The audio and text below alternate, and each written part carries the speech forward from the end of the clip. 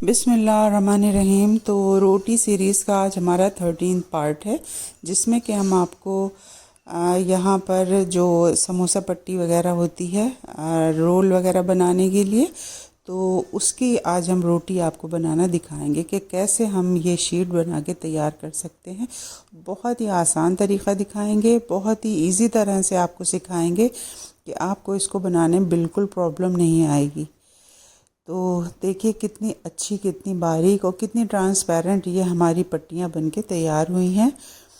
तो सारी सीरीज़ जो कि हमारी चल रही हैं उन्हें वॉच कीजिए और प्लीज़ वीडियोस पसंद आते हो तो लाइक कीजिए और सब्सक्राइब कीजिए। आप सबसे हमारी हम्बल रिक्वेस्ट है।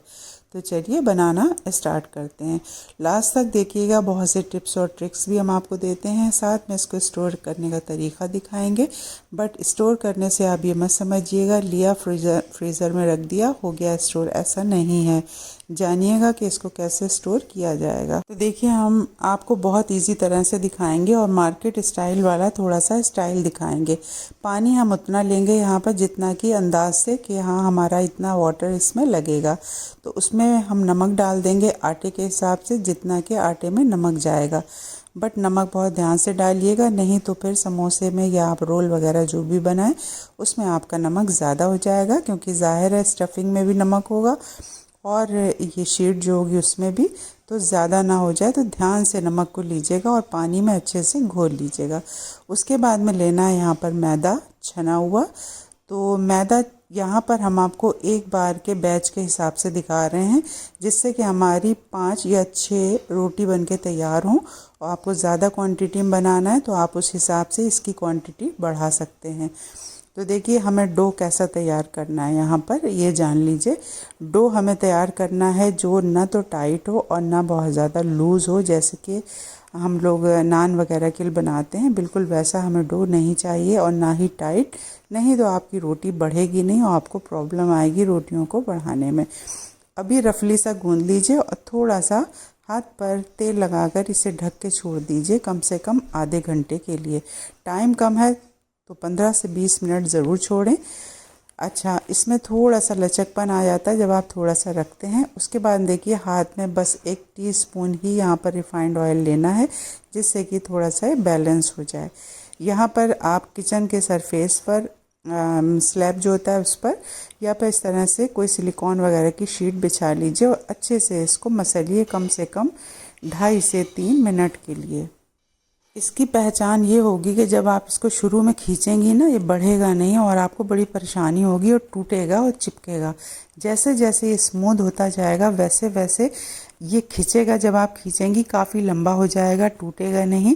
बस जब इस स्टेज पर आ जाए, जब बहुत थोड़ा सा यहाँ पर मैदा डस्ट कीजिए और उसके बाद में इसको देखिए हम आपको खींच के दिखा रहे हैं कैसा खिंच रहा है, स्टिच हो रहा है अच्छे से और इसमें ग्लूटेन अच्छे से एक्टिवेट हो चुका है।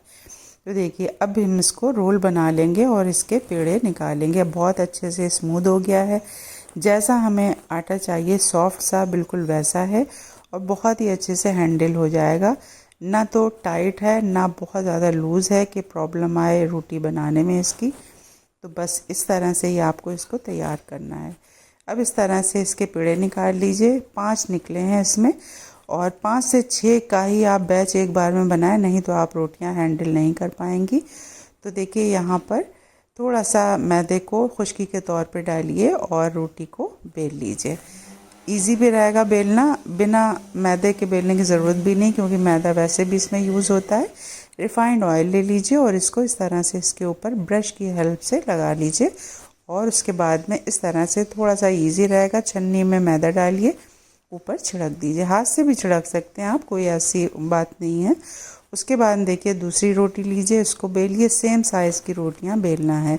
अगर आपको ये लगे रोटियां छोटी बड़ी तो नहीं हो रही हैं तो आप नाप भी सकते हैं।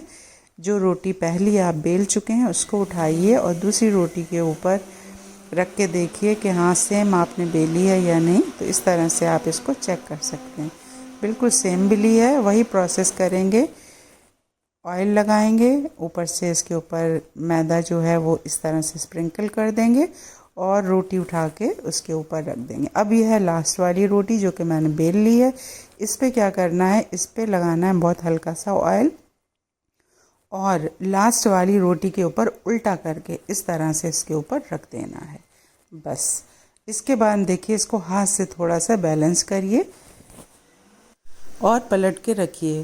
पीछे से रोटियों को बराबर कर लीजिए, क्योंकि जब आप एक साइड से रोटियों बराबर करें तो नीचे की रोटियां छोटी होने लगती हैं और ऊपर की बड़ी होने लगती हैं।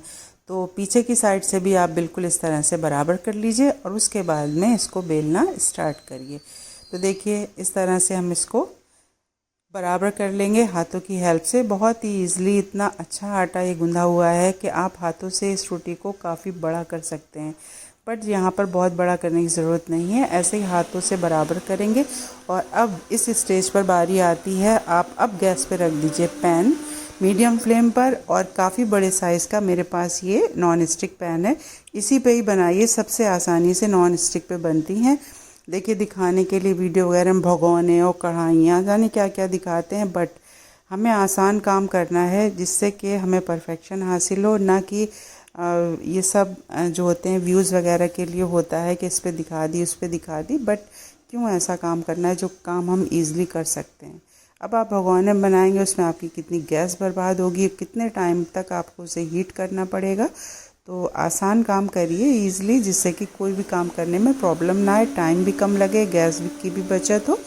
तो देखिए छोटी वाली वो पड़ रही थी मुझे बेलन छोटी, क्योंकि हमें अब काफ़ी बड़ी रोटी बेलना है, तो मैंने थोड़ी बड़ी बेलन यहाँ पे ले ली है, उसको चेंज कर लिया। एक साइड से हमने बेला, उसके बाद में अब हम इसको पलट के बेलेंगे। थोड़ी बहुत रोटी अगर आपको लग रहा है साइड से निकल रही है, कोई इशू नहीं है, सारी रोटियां हम आपको निकाल के दिखाएंगे अभी। कितनी आसानी से रोटियां निकलती चली जाती हैं और किसी तरह की कोई प्रॉब्लम नहीं आती है। और अगर कहीं पर प्रॉब्लम आए उसके लिए भी आप क्या करें वो भी हम आपको दिखाने वाले हैं आगे, क्योंकि हम भी वही काम करेंगे जो आप काम करेंगे। तो देखिए यहाँ पर हो गया है तवा गर्म, बट बहुत गर्म नहीं करना कि आप रोटी डालें और जल जाए, मीडियम गर्म होना चाहिए। गैस को एकदम लो कर दीजिए और रोटी डालिए, और सिर्फ आपको पहली बार के लिए यहाँ पर 10 से 12 सेकंड ही रखना है। 10 से 12 सेकंड में ये एकदम निकल के तैयार हो जाएगी। कलर कुछ नहीं लाना है, चित्ती नहीं लाना, इस बात का आप ध्यान रखिएगा। तो 12 सेकंड के बाद आप इसको पलटिए, पहली रोटी आपकी इजली निकल के इस तरह से देखिए आ जाएगी, कहीं से टूटेगी नहीं, चटकेगी नहीं, और कितनी ट्रांसपेरेंट है आप देख सकते हैं। जब तक आप पहली रोटी निकालेंगे, यानी कि कुछ 5-6 सेकंड या 8-10 सेकंड आपको लग जाए, बस उतनी ही देर लो फ्लेम पर आपको इसको पड़े रहने देना है। उससे ज़्यादा बिल्कुल नहीं रखना है कि 30 सेकंड रखें आप, सिर्फ 8 से 10 या 12 सेकंड ही रखिए, इससे ज़्यादा एक साइड मत रखिएगा। और एक साइड जब तक आप रोटी निकालेंगे झट से पलट दीजिए, दूसरी साइड की निकालिए। दूसरी साइड अब देखिए लास्ट वाली रोटी थोड़ी चिपकी है, उसका तरीका है नाइफ़ लीजिए, नोक से उठा लीजिए और उसके बाद में इसको भी अलग कर लीजिए। सारी रोटियां कितनी अच्छी तरह से निकल के आ गई हैं। अब गैस को ऑफ़ कर दीजिए क्योंकि अब ज़रूरत नहीं है। बहुत ही अच्छी बिना चित्ती की एकदम वाइट बहुत ही बढ़िया रोटियां हमारी बनके तैयार हुई हैं, और देखिए कितनी ट्रांसपेरेंट है। अब हमारा दूसरा काम है कि इन रोटियों को ठंडा करना, ठंडा करके ही इसको काटना है। और उसके बाद में हमें इसको, अगर आप कुछ बनाने जा रहे हैं बना लीजिए और बाकी स्टोर कर दिए। तो देखिए इसको आप नाप के काटिए जिससे कि बराबर से कट जाए। अगर आपको रोल बनाना है तो उधर की साइड मत काटिएगा, उसको आप हाफ सर्किल में ले लीजिए। और पूरी शीट इस तरह से बनाना आपको समोसे की, तो आप इस तरह से देखिए लंबाई ज़्यादा चौड़ाई कम रखते हुए काटिए। उसके बाद में अब आपको बीच में से इस तरह से निशान लगाकर कि छोटी बड़ी ना हो, स्केल की हेल्प से आप निशान लगाइए। और उसके बाद में आप इसको सारी एक जैसी बने, एक ही नाप की, इस तरह से काट के रख दीजिए। तो देखिए कितनी अच्छी और कितनी साफ़ सुथरी और कितनी आसानी से ये हमारी रोटियां बनके तैयार हो गई हैं। मीन्स समोसा पट्टी या समोसा शीट्स। और ये भी रोटी के ही एक किस्म में आती हैं, इसलिए मैंने रोटी सीरीज़ में आपको दिखाया है। जो इसकी साइड की कटिंग्स है इसको आप फ्राई कर सकते हैं, और वैसे ही स्नैक्स के तौर पर, या फिर आप चाट वगैरह कोई सी भी बनाएं उसमें आप इसका यूज़ कर सकते हैं। तो देखिए इसको अब आपको स्टोर कैसे करना है, कोई इसमें मैदा वगैरह लगा के आपको स्टोर नहीं करना है, डायरेक्ट रखना है। बट 15 दिन के अंदर आपको इसको यूज़ कर लेना है, नहीं तो ये जब आप बनाएंगे तो टूटेगी और आप समोसे नहीं बना पाएंगे।